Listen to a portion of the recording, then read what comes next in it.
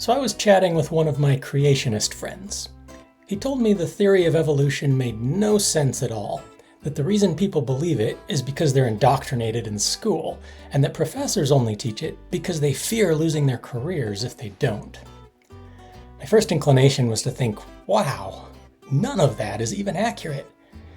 But I've been trying to practice finding the components of validity in positions I disagree with, so I wondered to myself, could I find a component of validity in this pompous assertion?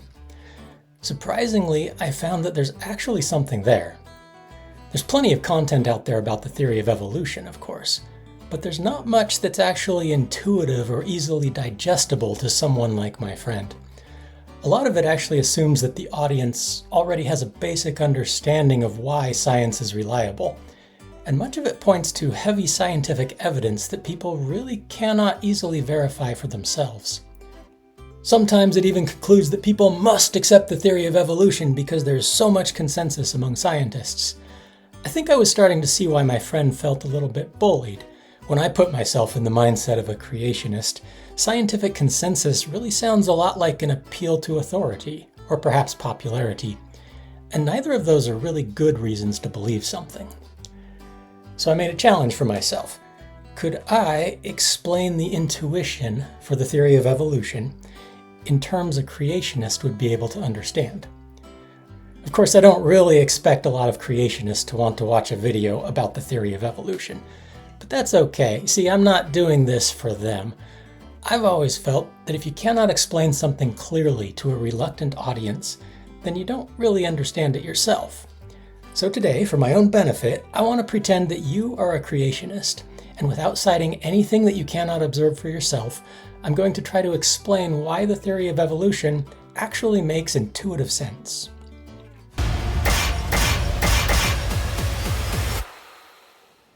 I like to start on common ground, so let's review how intelligent design works.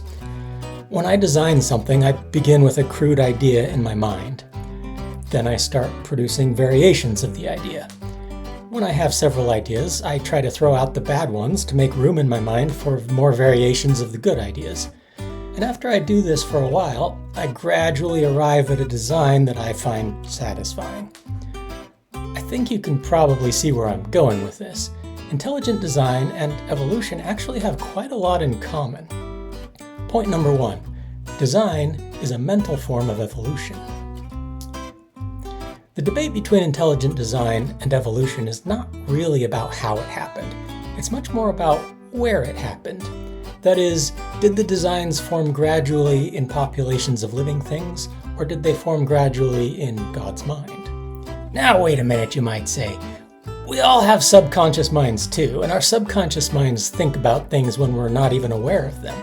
So sometimes designs just seem to pop into our heads fully formed. How do you know God's designs didn't just pop into his mind fully formed? That's a fair point, and we should give consideration to both possibilities. But there is a simple reason to suppose the designs must have formed gradually. See, a good engineer doesn't usually design everything from scratch. Instead, he reuses effective components from his previous designs. That saves him a lot of time and effort. And when we examine living things, we find a lot of similar components. For example, let's consider a squirrel. It has a head, just like you do. Its head has a face with 2 eyes, 2 ears, and 1 nose. It has a mouth that it uses to eat. Inside that mouth, you'll see teeth that it uses to chew stuff. Squirrels poop, of course, so they have a full digestive system, just like you and I do. If you watch a squirrel, you'll see that it breathes air, just like we do. It has left to right symmetry. It has hair, 4 major limbs. We could go on, but I think the point is sufficiently clear. There are a lot of similarities between creatures. If you don't have a squirrel nearby, you can verify this for yourself by looking at a cat or a dog just as easily. So whether it happened in God's mind or within biology, it's pretty simple to observe that it must have happened gradually. Point number 2. Similarities between creatures imply gradual refinements. To keep this discussion simple, let's set reproduction aside for just a minute and look at something complex that doesn't actually reproduce, like a car, an airplane, a computer, or a cell phone. Obviously, none of these things just design themselves, right? Well, a lot of people seem to think that's what evolution teaches, that they designed themselves. If you thought evolution implied that complex things just designed themselves, then you are absolutely right to reject it, because that obviously doesn't happen. But there are some other useful observations we can make from these analogies. Even though cars do not reproduce by themselves, they're still designed with physical prototypes. And the final design is the product of many iterations. So we can easily observe gradual evolution within car designs. The same is true with airplanes, computers, and cell phones too. Something else I find significant is that the intelligent designers who made these things were not afraid to use tools to do it. In fact, part of being an intelligent designer requires finding the right tools for the job. For example, when I want to mow my lawn, I don't go outside and start chewing on the grass with my teeth. I like to think I'm more intelligent than that. I use a lawnmower because it's a good tool for getting the job done. So I don't think it actually degrades God at all to suggest that he may use tools as well. In fact, I kind of think it's degrading to imply that he doesn't. Point number 3, intelligent designers use tools. So next, let's take a look at this tool and see if it makes any sense for God to have actually used it. Suppose I have 42 dice. Each die has 4 sides labeled G, A, T, and C. I'm going to roll all 42 dice and just hope they land on the letters that spell Gattaca 6 times. And it didn't happen. Let's try again. Didn't happen. Let's try again. Didn't happen, so let's try again. Didn't happen. Well, this is obviously a waste of time. On average, it should take me about 4 raised to the 42nd power tries until it actually happens. I could spend the rest of my life re-rolling these dice, and it would never happen. So if that's how you thought evolution worked, then you were absolutely right to disbelieve it. That would never work. Point number 4, evolution is not random. Pure randomness simply doesn't work. Now imagine a designer that had absolutely no ability to discern between good and bad designs. He could still produce a whole bunch of random variations in his mind, but he couldn't do anything to ever improve them because he wouldn't even know if he was making them better or worse. This might be a designer, but he wouldn't be an intelligent one. His designs would be totally random. Well, evolution is like that too. It actually depends on some kind of intelligence just as much as design does. Biologists like to call that selective pressure because it doesn't have to happen in a mind, but I think it's silly to get worked up over terminology. The point is, whatever you call it, evolution does not work without it.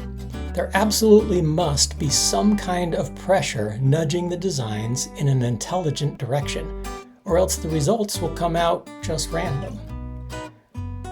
So where is the intelligence in biological evolution? It's actually in lots of places, and one of those places is your brain. For example, if you chose to get married, did you just pick a random person, or did you put some thought into it?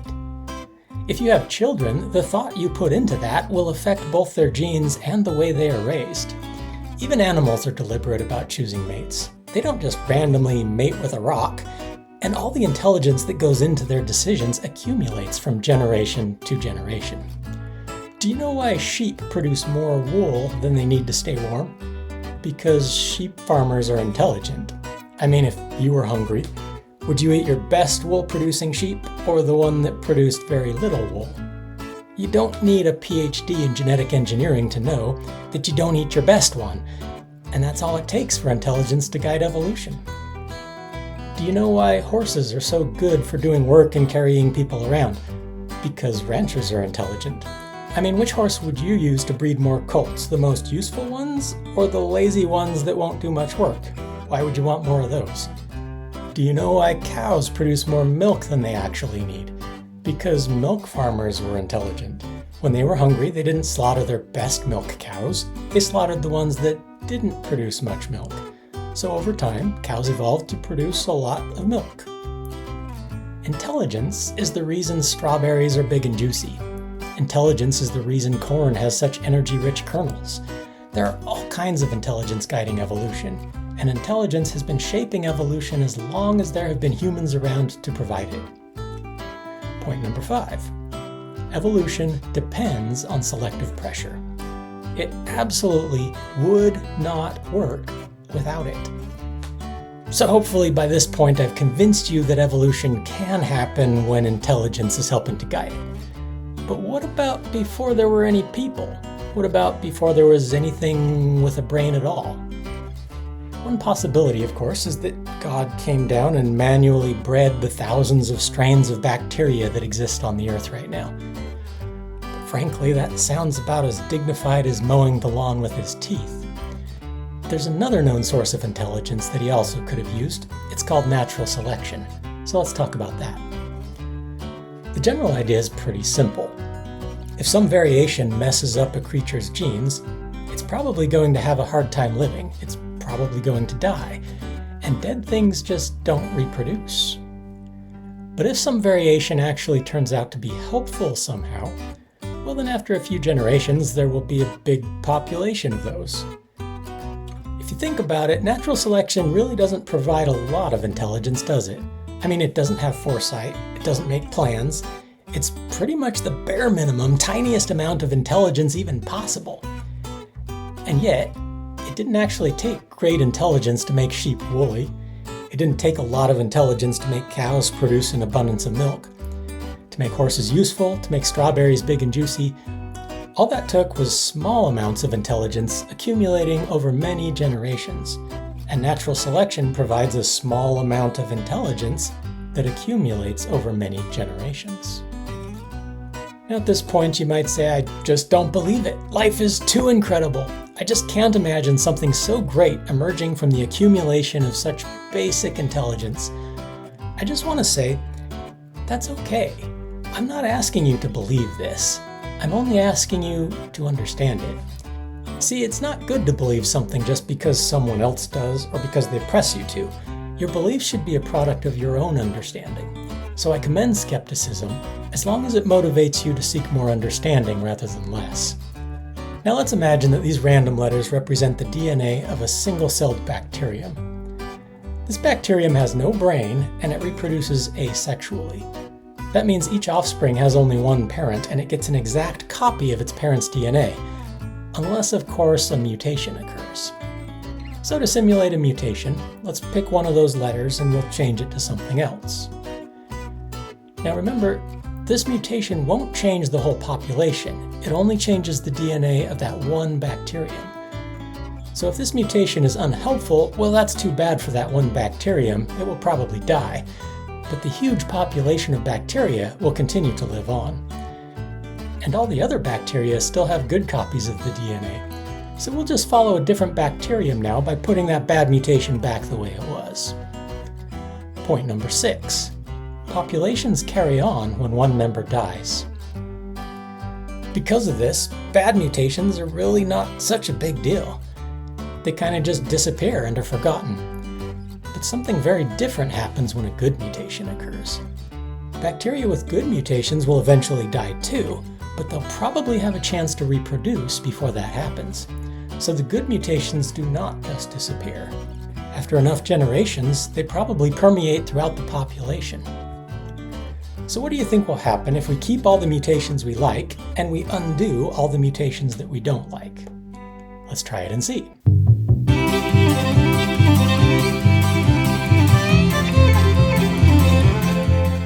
Isn't that amazing? No, it's obvious. If you keep all the mutations you like and you undo all the ones you don't like, of course it will end up producing the results you wanted. That's just persistence. So once again, let's remind ourselves, evolution is not random. Sure, there's randomness in it, but it's the selection, not the randomness, that makes great things emerge. Point number 7, natural selection is one thing that guides evolution. To be clear, natural selection is not the only thing that guides evolution, it's just one thing that guides it. Let's consider a few examples of non-biological evolution. A language that no one speaks anymore is a dead language. So natural selection actually guides the evolution of languages. A religion that no one believes anymore is a dead religion, also known as mythology, so natural selection guides the evolution of religions. A corporation that runs out of money ceases to be a corporation, and a government that loses the compliance of its people ceases to be a government.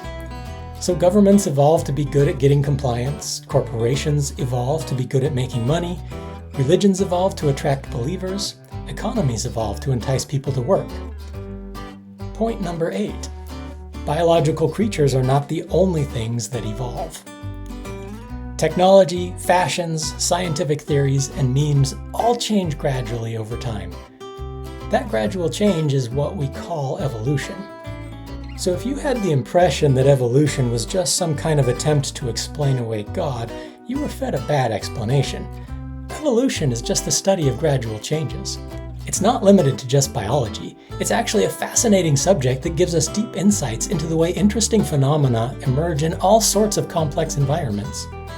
So again, if evolution doesn't make sense to you, please don't just trust me, or anyone else. Your beliefs need to be based on your understanding. But I do hope that this video helped you see that evolution is something you can understand, and there's something there worth understanding. And thanks for your interest in learning.